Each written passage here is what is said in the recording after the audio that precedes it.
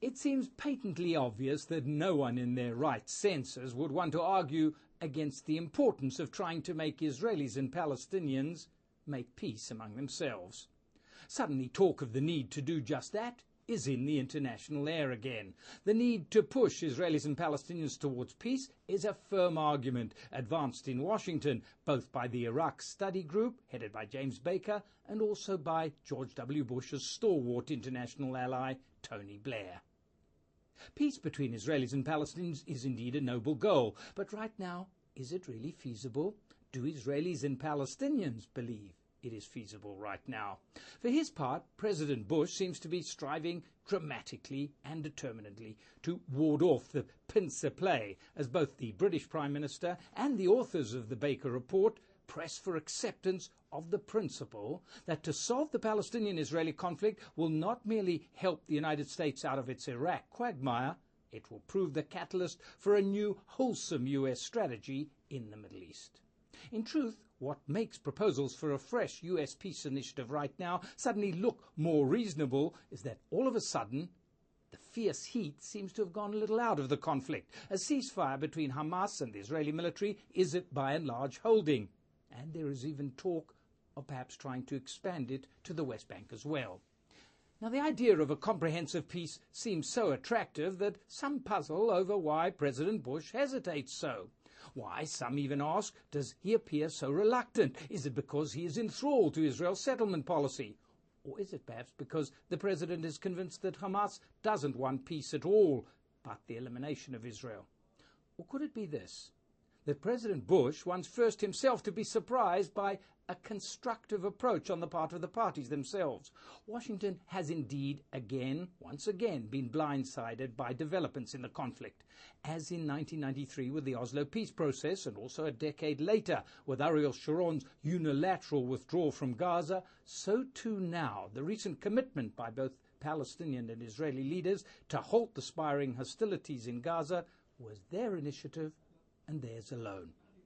So perhaps it's simply that the president understands that the last thing that the conflict needs is to get back on the bumpy roadmap to peace, or to head towards another all-embracing Madrid-style peace conference, such as Baker helped produce 15 years ago, and which he now advocates repeating. In recent years, though, regrettably, the conflict has regressed to basics. The priority of each side is now its own very existence. In contrast to the peace years of the 90s, when for the first time in their 100-year conflict, Israelis and Palestinians had tentatively began to reach out to one another, not just recognizing the other's existence, but acknowledging the existence of the other's historic pain. With the Palestinian Intifada uprising, that process was not only reversed. Each side finds that in order to erase its own pain, it has to inflict more pain on the other. Still, not all is gloomy. The ceasefire has positioned both leaderships to move further forward. And although the Hamas Palestinian Prime Minister Ismail Haniyeh said bluntly in Tehran recently that never ever would Hamas recognize the legitimacy of Israel's existence, still the militant group does express readiness to consider Hudna, a long-term ceasefire.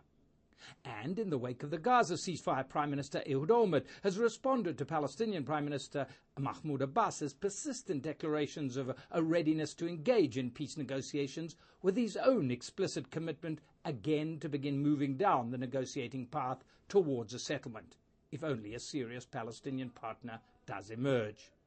That's where international efforts should be focused, on further erosion of the Israeli occupation, while appreciating just how unlikely it is that most Israelis will accept more than what EE.UU proposed and on what he was elected last March. That is to say, for Israel to withdraw from a large chunk of the West Bank, but not from all of it. Talk of peace and talking of peace is fine, but the temptation has to be resisted to avoid being swept away by the rhetoric of peace.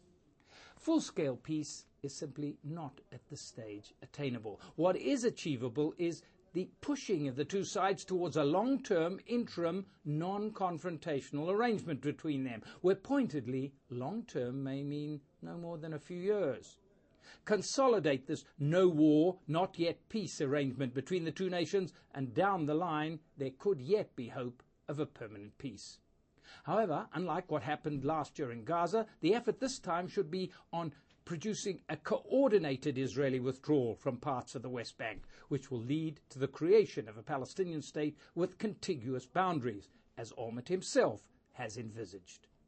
So what seems wise for the international community is to encourage the parties to continue talking peace, but not to encourage them to get mired down in the pursuit of full-scale peace talks, as happened at Camp David 6 years ago. That would only bog things down in entrenched positions on final borders, Jerusalem and refugees, and kill off any prospect of the tentative ceasefire persisting. Contrary to simplistic assessments, there is not right now a golden chance for peace. There is, however, a silver chance to create preliminary conditions for partial fulfillment of the Bush vision of a two-state solution, with Israelis and Palestinians living side by side, independently secured from each other, not yet in peace, but not in war either. It's not all that bad, a deal to be pursuing, a goal to be pursuing at this troubled moment in the Middle East.